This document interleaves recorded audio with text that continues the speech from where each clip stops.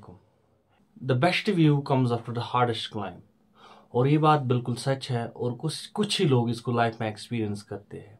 और स्पेशली कश्मीर में, जहाँ पे हाइकिंग को बड़ा ही आवारागर्दी का काम माना जाता है। मेरा ये मानना है कि जब आप किसी जगह जाते हैं and you climb on the top, और उसके बाद जो आप एक्सपीरियंस करते हैं वो चीज़ भी बेस्ट होती है। Not only the best view but the best experience, the best life lesson, the best definition of life comes after the hardest climb. Yes, तो यहाँ पे हमारा क्या है कि हम यूजुअली पिकनिक जाते हैं, लेकिन हाइकिंग और ट्रैकिंग को यहाँ पे उतनी तरजीह नहीं दी जाती है।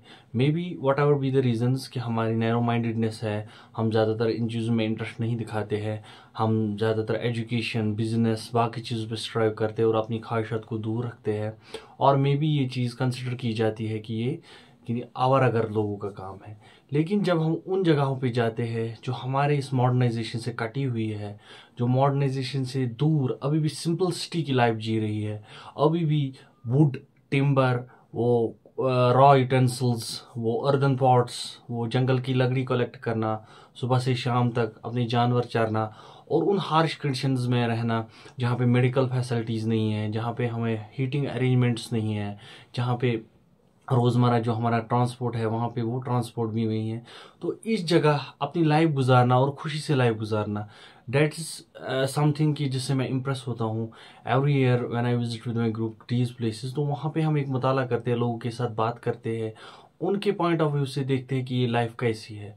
So we will discuss today कि city life and nomadic life, इसमें क्या फ़र्क है। City life is comfortable life, city life is busy life, is a fast life और टैक्स सेवी लाइफ है। हाँ, इसमें सारी फैसिलिटीज़ हमें मिलती है, इसमें हमें कम्पीट करने का मौका मिलता है, पूरी दुनिया एसेस कर सकते हैं।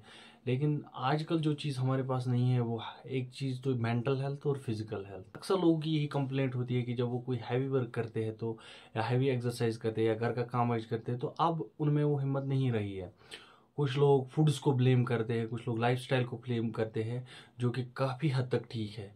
लेकिन अगर हम अपने पास्ट हम पीक इन करें तो हमारे पास ये फैसिलिटीज़ नहीं थी। हम अपने फूड को बनाने के लिए, कमाने के लिए स्ट्राइव करते थे, और सीधा साधा हमारा लाइफस्टाइल था। वुड कलेक्ट करते थे, अर्दन पॉट्स में खाना पीना होता था, घर में सब्ज़ी की कल्टिवेशन होती थी। ट्रांसपोर्ट और कम्युनिकेशन के मीन्स, मोबाइल फ़ोन्स नहीं थे हमारे पास, हमारा स्क्रीन टाइम बिल्कुल ज़ीरो था। हम एक दूसरे से इंटरेक्ट करते थे, हम एक दूसरे के घर जाते थे, और हमारे में इस चीज़ से एक बॉन्ड बनता था और एक कम्युनिकेशन जो कंटिन्यूस रहती थी, इस चीज़ से प्यार मोहब्बत बढ़ता था। अब क्या हो गया है कि हम डिस्कनेक्ट हो गए हैं। सो हम बिल्कुल ही फिजिकल और मेंटल एलिमेंट्स में मुब्तला हुए हैं। इसीलिए हर किसी बाशिंदे को, हर किसी फ़र्द को ऐसी जगह जाना चाहिए जहाँ लोग जंगलों के बीच खुशी से, हार्डशिप्स के बीच खुशी से जीते हैं, और ना ही कोई फिजिकल एलिमेंट और ना ही कोई मेंटल एलिमेंट लेके चलते हैं। दीज पीपल, हाँ, वो कंप्लेन करते हैं कि उनकी लाइफ हमारे जैसे क्यों नहीं, हम मज़े में हैं, हम ऐश ऐश से जी रहे हैं, और हम ये चाहते हैं कि हम फिर से उनकी तरह जी। जब इंसान वहाँ जाता है तो देखता है कि सुबह सुबह वो कैसे ठंडी हवा में टहलने जाते हैं, अपने जानवर चरने जाते हैं, और फिर वुड कलेक्ट करते हैं, शहरों में बहता है जो कि पहाड़ों से बहता है वो उसका इस्तेमाल करते हैं, और कैसे वो लकड़ी जमा करके अर्दन पॉट्स में पकाते हैं।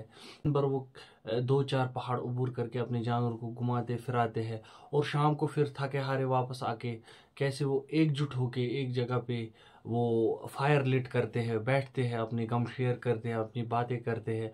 और कल्टीवेशन के टाइम कैसे वो घास काटने के टाइम वो सॉन्ग्स गाते हैं, एक दूसरे की मदद करते हैं, एक दूसरे में वो यूनिवर्सल ब्रदरहुड दिखता है। और उस जगह पे उनका हाइजीन इतना अच्छा होता है कि यू कांट इमेजिन। इंसान चाहता है कि यहीं पे बैठे, यहीं पे खाए और यहीं पे पिए। और हाँ, उनका जो एक चीज़ अभी बरकरार है कि वो जंगल की जो वेजिटेशन है, वाइल्ड वेजिटेबल्स हैं, उनका इस्तेमाल करते हैं। उनकी एजिलिटी, उनका फिजिकल हेल्थ, उनका मेंटल हेल्थ, और उनका जो बॉडी स्ट्रक्चर है वो बिल्कुल ही फिट होता है। इस चीज़ से ये पता चलती है कि जो हम टेक सेवी जनरेशन में स्क्रीन टाइम हमने बढ़ाया है, हमने अपने आप को फालतू का स्ट्रेस दिया है, हमने अपने आप को कंपटीशन के इस दौर में बहुत सारी ऐसी चीज़ों में इंडल्ज किया है जिसकी वजह से हमारा मेंटल, फिजिकल और सोशल हेल्थ पूरा ख़राब हो चुका है। और हम नेचुरल फूड्स की जगह जंक फूड्स खा रहे हैं, नेचुरल अप्लियंस की जगह आर्टिफिशियल अप्लियंसेस यूज़ कर रहे हैं। अच्छा, हमें कुछ एग्जांपल्स लेनी है, कैसे तंगदस्ती में इतना दूर रह के वो खुश रहते हैं, कैसे वो फिजिकल एक्सरसाइज करते हैं, दिन को काम काज करते हैं, पहाड़ ऊपर करते हैं, चलते हैं, और कैसे वो फिट रहते हैं, ओबेसिटी फ्री रहते हैं, और कैसे वो नेचुरल खाना खा के, एडल्ट्रेशन फ्री फूड खा के, जंगल में जो सब कुछ सब्जियां बनती है वो खा के कैसे वो हेल्दी रहते हैं, और कैसे वो इतना कम गुजारा हो कि कोई मोड ऑफ कम्युनिकेशन, कोई मोड ऑफ ट्रांसमिशन ना होने के बावजूद भी अल्लाह ताला का शुक्र करते हैं। और इन लोगों का लाइफ स्पैन नेचुरली हमें ज़्यादा दिखता है सिटी लाइफ के बावजूद, और इन लोगों में हार्ट अटैक्स के इंसिडेंसेस बहुत कम होते हैं, इन लोगों में जो फैटल डिजीज है वो बहुत कम पाई जाती है, क्योंकि ये लोग एक तो मेंटली फिट रहते हैं, दूसरा काम काज करके ये फिजिकली फिट रहते हैं, और तीसरा एकजुट रह के ये ब्रदरहुड और सोसाइटी का एक कंसेप्ट हमें फिर से दिलाते हैं।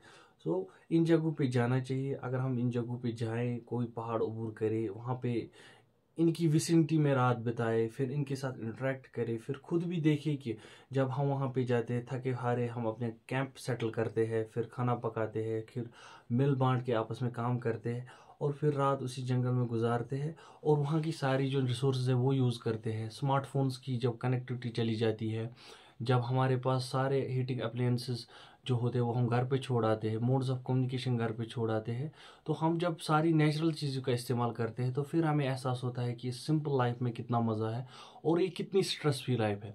और मैं आपको एक पॉइंट बोलूँगा कि जब हम उस जगह जाते हैं जहाँ मोबाइल फ़ोन की नेटवर्क नहीं होती है, लाइक हम हाइकिंग के लिए गए, तो किसी पॉइंट पे जब हम माउंटेन पे चढ़ते हैं तो मोबाइल फ़ोन की कनेक्टिविटी ख़त्म हो जाती है। एटमॉस्फेयर होता है वहाँ, जब हम रात बिताते हैं तो नेचुरली बंदा अगर घर में उसकी आदत हो 9-10 बजे उठने की, तो वो नेचुरली जैसे 6 बजे उठता है और उसकी नींद पूरी होती है, बिकॉज ऑफ द एटमॉस्फेयर, जो फ्रेश एयर ब्लो होती है और जो हवा बिल्कुल प्योर है वहाँ पे।